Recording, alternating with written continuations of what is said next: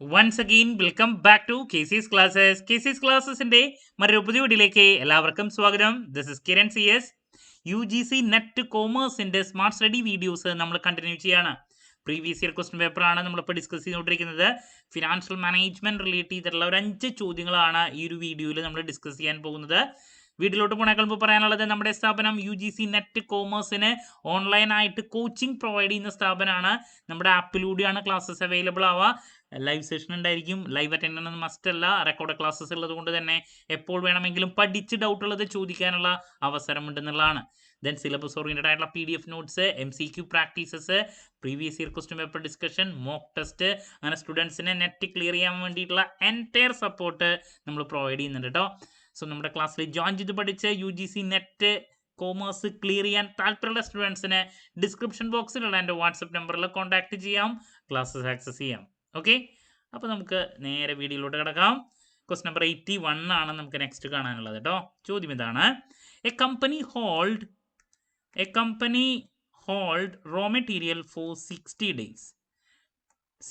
days. It gets credit from suppliers for 15 days. Then production process take 15 days. Finished goods are held for 30 days. And 30 days credit is given to debtors. Calculate the total working capital cycle. ഇപ്പോൾ working capital cycle എന്ന് പറയുമ്പോൾ എന്താണ്? Operating സൈക്കിളാണ് അല്ലേ? അപ്പോൾ അത് എത്രത്തോളം shorter ആവുന്നു അതാണ് സ്ഥാപനത്തിന് ഏറ്റവും നല്ലത്. സോ ഒരു സ്ഥാപനത്തിൻ്റെ ലിക്വിഡിറ്റി, ഓപ്പറേഷൻസ് എത്രത്തോളം സൂപ്പറായിട്ട് പോകുന്നുണ്ട് എന്നുള്ളത് അറിയാൻ വേണ്ടിയിട്ടാണ് നമ്മൾ വർക്കിംഗ് ക്യാപിറ്റൽ സൈക്കിൾ അല്ലെങ്കിൽ ഓപ്പറേറ്റിംഗ് സൈക്കിൾ കണ്ടുപിടിക്കുന്നത്.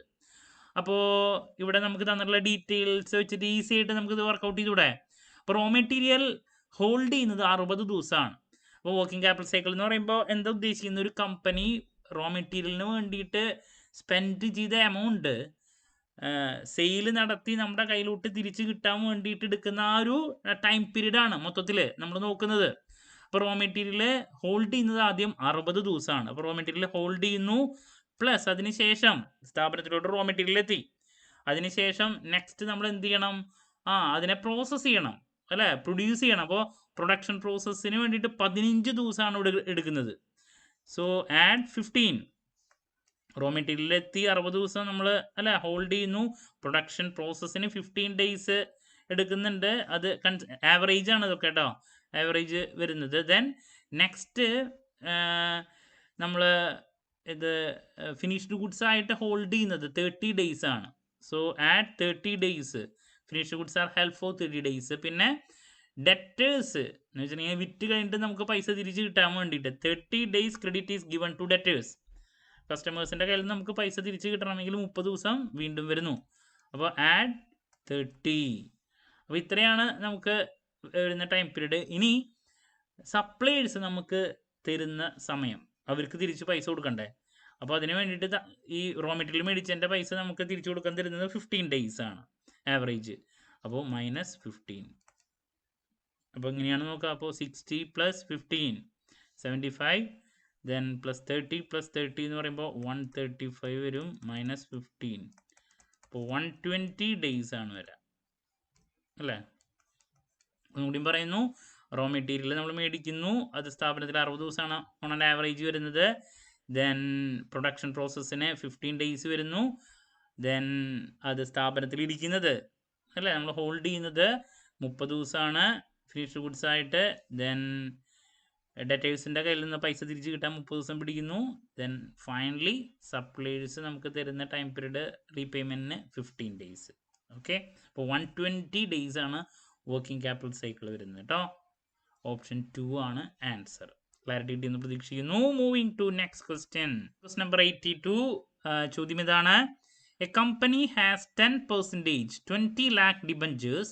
The EBIT of the company is ₹5 lakh and the equity capitalization rate is 16%. Calculate the overall cost of capital. അപ്പോൾ ഓവറോൾ കോസ്റ്റ് ഓഫ് ക്യാപിറ്റൽ ആണ് കണ്ടുപിടിക്കേണ്ടത്. ഇവിടെ നമുക്ക് ഡിബഞ്ചേഴ്സിൻ്റെ വാല്യൂ പറഞ്ഞിട്ടുണ്ട്, പിന്നെ EBIT പറഞ്ഞിട്ടുണ്ടാവും. ഓവറോൾ കോസ്റ്റ് ഓഫ് ക്യാപിറ്റൽ കണ്ടുപിടിക്കാനുള്ള ഇക്വേഷൻ നിങ്ങൾക്ക് അറിയാലോ. KO = EBIT അവൈലബിൾ ആണ് divided by value of the firm. ഇതാണ് വേണ്ടത്. അപ്പോൾ EBIT 5 lakh rupees ഉണ്ട്. വാല്യൂ ഓഫ് ദി ഫേം കാണണം. വാല്യൂ ഓഫ് ദി ഫേം എന്ന് പറയുമ്പോൾ ഇവിടെ എന്താ? ഡെറ്റിൻ്റെ വാല്യൂ ഡിബഞ്ചേഴ്സിൻ്റെ അവൈലബിൾ ആണ്, plus equity value. D plus E അല്ലേ വരുന്നത്. അപ്പോൾ ഡെറ്റ് വാല്യൂ ഓൾറെഡി ഉണ്ട്. അപ്പോൾ നമുക്ക് എഴുതി വയ്ക്കാം debt D equal 20 lakh rupees. അത് ഓൾറെഡി അവൈലബിൾ ആണ് കേട്ടോ. നമുക്കപ്പോൾ ഇക്വിറ്റിയുടെ വാല്യൂ ആണ് വേണ്ടേ. അപ്പോൾ market value of equity MP എന്ന് പറയുമ്പോൾ മാർക്കറ്റ് വാല്യൂ ഓഫ് ഇക്വിറ്റി എങ്ങനെ കണ്ടുപിടിക്കാൻ പറ്റാം. അതിന് വേണ്ടിയിട്ട് നമ്മുടെ കയ്യിൽ എന്തൊക്കെയുണ്ട്. ഇവിടെ ഇപ്പോൾ EBIT അല്ല, നമുക്ക് EBT അല്ല വേണ്ടേ. EBT divided by capitalisation rate ഉണ്ട്. KE ചെയ്തിട്ടുണ്ടെങ്കിൽ കിട്ടും. അപ്പോൾ EBT കണ്ടുപിടിക്കാൻ നമുക്ക് EBITയിൽ നിന്ന് ഇൻട്രസ്റ്റ് സബ്ട്രാക്ട് ചെയ്താൽ മതി. ഇൻട്രസ്റ്റ് കാണാൻ 20 lakhന്റെ 10% ആണ് വരിക അല്ലേ. അപ്പോൾ EBT equal EBIT minus I. So interest 20 lakhന്റെ 10% എന്ന് പറയുമ്പോൾ 2 lakh rupees അല്ലേ. 2 lakh rupees. സോ EBIT എത്രയാ 5 lakhs ആണ്. 5 lakhs minus interest 2 lakh rupees. So 3 lakh rupees ആണ് എന്ത് വരാ EBT വരാം. അപ്പോൾ ഇതിൽ നിന്ന് വാല്യൂ ഓഫ് ദി ഫേം കണ്ടുകൂടെ അല്ല, വാല്യൂ ഓഫ് ഇക്വിറ്റി കണ്ടുകൂടെ.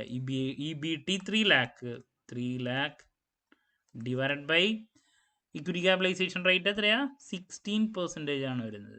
അപ്പോൾ 0.6 അല്ല 0.16 16 അല്ലേ.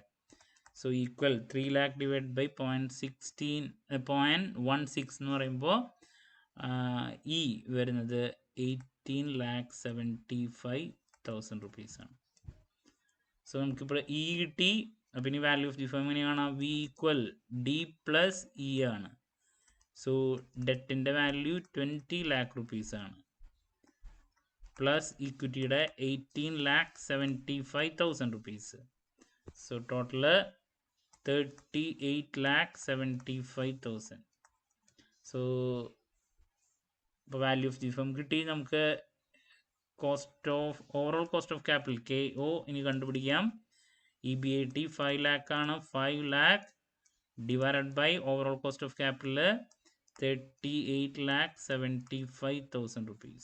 സോ ആൻസർ വരുന്നത് 12.9% ആണ് കേട്ടോ കാൽക്കുലേറ്റ് ചെയ്യുമ്പോൾ. സോ ഓപ്ഷൻ 3 ആണ് ആൻസർ വരുന്നത്. ഓക്കെ. സോ ശരിക്കും പറഞ്ഞാൽ ടൈം കൺസ്യൂമിങ് ആണ്. നമുക്ക് എക്സാമിന് ഇത് ചെയ്ത് അല്ലേ വിതൗട്ട് കാൽക്കുലേറ്ററിൽ നമ്മളിത് ചെയ്ത് അവസാനിപ്പിക്കുക എന്ന് പറയുമ്പോൾ കുറച്ച് ടൈം കൺസ്യൂമിങ് ആണ്. അപ്പോൾ എന്തായാലും ചെയ്യേണ്ട രീതികൾ ക്ലാരിറ്റി കിട്ടിയെന്ന് പ്രതീക്ഷിക്കുന്നു.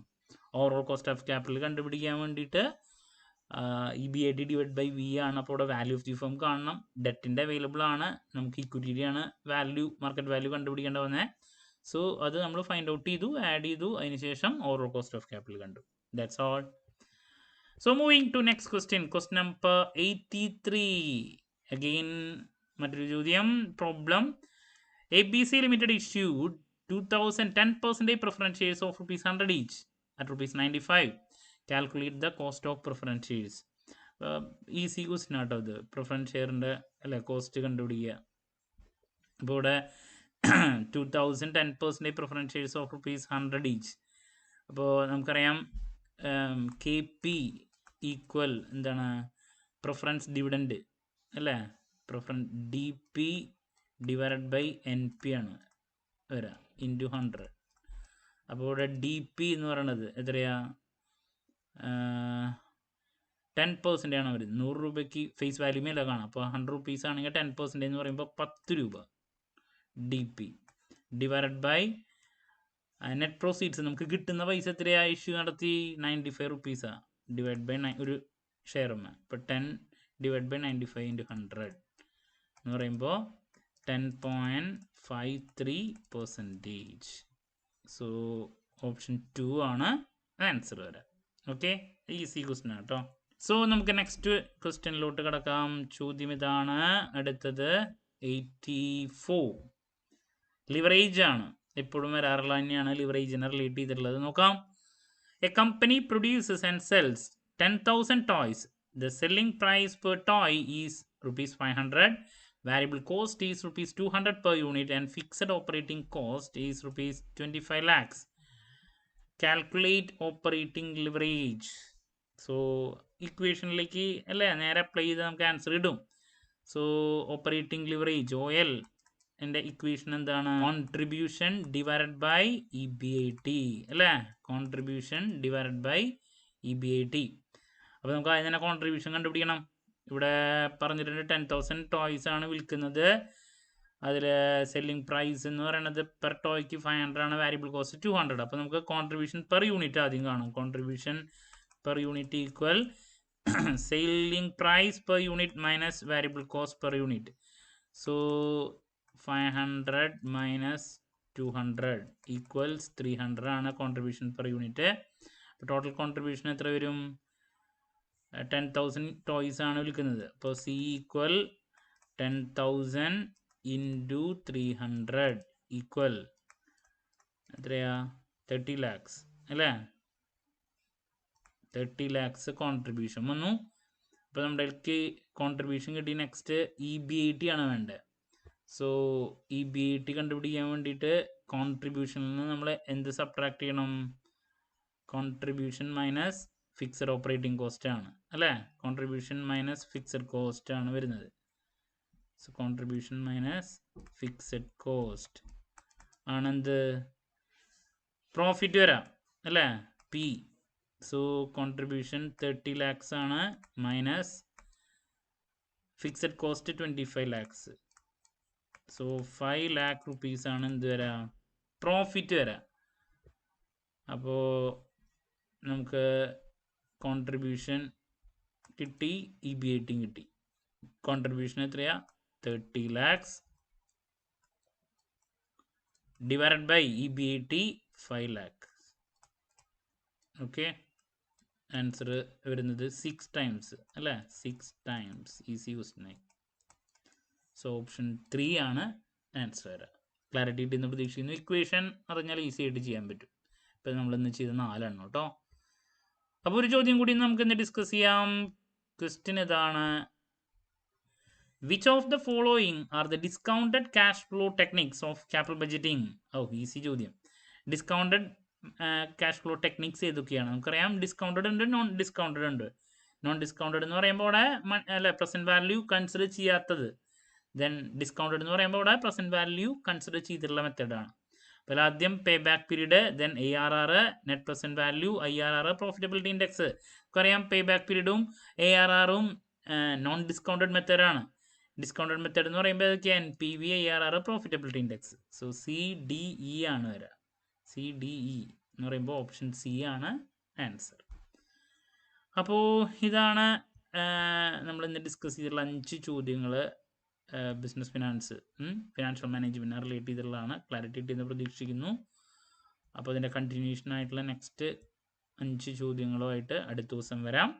എന്ത് ഡൗട്ട് ഉണ്ടെങ്കിലും കമൻറ്റ് ചെയ്യുക. അതിനുള്ള മറുപടി ഞാൻ വീഡിയോസിലൂടെ നൽകുന്നതായിരിക്കും. മറ്റൊരു വീഡിയോയുമായി വീണ്ടും കാണാമെന്നുള്ള പ്രതീക്ഷയോടെ നിർത്തുന്നു. This is Kiran CS signing off. Have a nice day. Thank U.